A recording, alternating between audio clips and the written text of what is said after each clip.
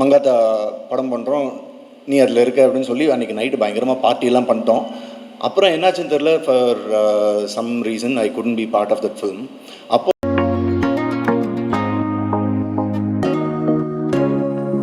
வணக்கம். ரொம்ப நாளைக்கு அப்புறம் இப்படி ஒரு வெற்றிக்கு அப்புறம் சந்திக்கிறதுல ரொம்ப பெரிய மகிழ்ச்சி. நான் இதுக்கு முன்னாடி நிறைய இடத்துல பதிவு பண்ண மாதிரி அஜித் சார் கூட ஒர்க் பண்ணோன்றது எனக்கு ஒரு பல வருஷ கனவு. நான் காலேஜில் படிக்கும்போது சினிமாவுக்கு வரணுங்கிற ஆசை வரதுக்கு ரொம்ப முக்கியமான ஒரு காரணம் அஜித் சார். அவரோட படங்கள் பார்த்து அவர் மாதிரி தாடி வளர்க்கணும், அவர் மாதிரி நடித்து பார்க்கணுன்னு முயற்சி பண்ண ஆரம்பித்ததுலேருந்து இன்றைக்கி இந்த மேடையில் நிற்கிறேன்றது ரொம்ப ரொம்ப ரொம்ப சந்தோஷமாக இருக்குது. மங்காத்தா படம் அனௌன்ஸ் பண்ண டைமில் திடீர்னு ஒரு நாள் வெங்கட் பிரபு கூப்பிட்டாரு. அப்போ தான் நான் எங்கேயோ வெளியூர்லேருந்து வந்து சென்னையில் லேண்ட் ஆகிருந்தேன். ஏர்போர்ட்டில் மச்சி நேராக இங்கே வந்துரு அப்படின்னோடனே நேராக போனோம். மங்காத்தா படம் பண்ணுறோம், நீ அதில் இருக்க அப்படின்னு சொல்லி அன்றைக்கி நைட்டு பயங்கரமாக பார்ட்டியெல்லாம் பண்ணிட்டோம். அப்புறம் என்னாச்சுன்னு தெரில, for some reason I couldn't be part of that film. அப்போத்துலேருந்து ஆல்மோஸ்ட் அஜித் சாரோட ஒவ்வொரு படம் அனௌன்ஸ் பண்ணும்போதும் அதில் நான் இருக்கிற மாதிரி வந்து கை கெட்டுற தூரத்தில் வந்து அது அப்படியே காணாமல் போயிட்டே இருந்தது. எனக்காக ஒவ்வொரு தடவையும் அதை மிஸ் ஆகும்போது என்னை விட அதிகமாக சுரேஷ் சார் வருத்தப்பட்டிருக்காரு.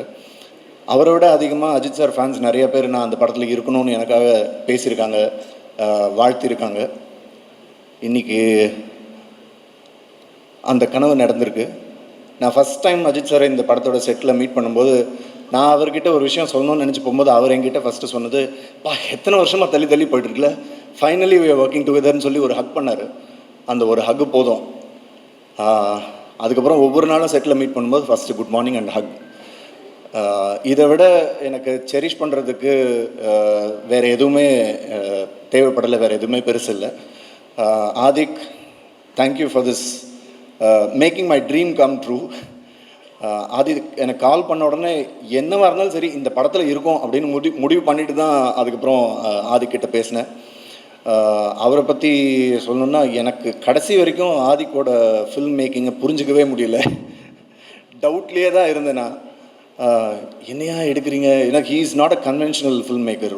ஒரு சீன் இப்படி தான் எடுப்பாங்கன்ற ஒரு ரெகுலர் ஃபார்மேட் இருக்கும்ல, அது எதுவுமே ஆதிக்கிட்ட இருக்காது. என்ன எடுக்க போகிறாருன்னு தெரியாது, எப்படி மாற்ற போகிறாருன்னு தெரியாது. ஸ்பாட்டில் திடீர்னு டைலாக் ஆக்சுவலாக அந்த க்ரூஸில் இருக்கும்போது நான் எனக்கு ஒர்க் இல்லைன்னு தூங்கிட்டு இருந்தேன் ரூமில். திடீர்னு அசிஸ்டன்ட் டைரக்டர் வந்து, சார் வாங்க காஸ்டியூம் போடுங்க, ஷார்ட் ரெடி பண்ணு. என்னையா ஷார்ட்னா வாங்க சொல்கிறோம்னு சொல்லி கூப்பிட்டு போய் அந்த பொண்ணை பக்கத்தில் நிறுத்தி திடீர்னு அந்த புன்னகை அரசி டைலாக்லாம் சொல்ல சொன்னார். எனக்கு ஒன்றுமே புரியல. என்னையா இது டைலாகுன்னு எனக்கு சுத்தமாக ஈடுபாடே இல்லாமல் தான் சொன்னேன். அப்போ வந்து டைலாகு புன்னகை அரசிக்கு தெரியாமல் பண்ணோம்ல அப்படின்னு இருந்தது. அது வேறு பயம். அப்புறம் டப்பிங்கில் அவங்க அப்பா கிட்ட பர்மிஷன் கேட்டு புன்னகை அரசிட்ட கேட்டுட்டு மாற்றிக்கிறேன்னு ஏதோ டைலாக் மாற்றினேன். கடைசி வரைக்கும் எனக்கு புரியாமையே நடித்த ஒரு படம். ஆனால் Adhik, thank you so much. Had great time. ஒவ்வொருத்தர் கூடயும் ஸ்பெண்ட் பண்ணுறதுக்கு எனக்கு நிறைய டைம் கிடச்சிது. ஒவ்வொருத்தராக பேர் எடுத்து நான் இப்போது சொல்லலை டைமுக்காக. பட் இந்த படத்தோட சம்மந்தப்பட்ட ஒவ்வொரு நடிகரும் சரி, நடிகைகளும் சரி, டெக்னீஷியன்ஸ் எல்லாருமே அவங்களோட பெஸ்ட்டு கொடுத்துருக்காங்க.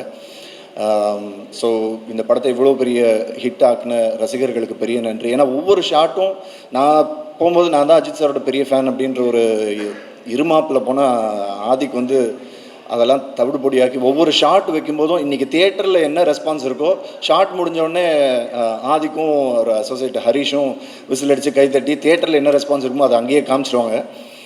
அப்படி ரசித்து ஒவ்வொரு ஷாட்டும் ஒவ்வொரு ஃப்ரேமும் பார்த்து வச்சு அவருக்காக செலிப்ரேட் பண்ணது. இன்றைக்கி அந்த செலிப்ரேஷன் எல்லாம் தியேட்டரில் பார்க்குறது ரொம்ப ரொம்ப சந்தோஷமாக இருக்குது.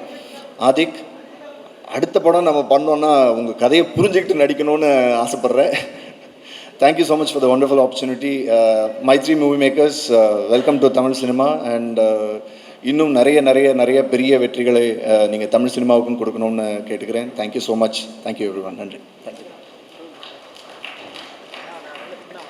Thank you sir, thank you. அண்ட் அடுத்ததாக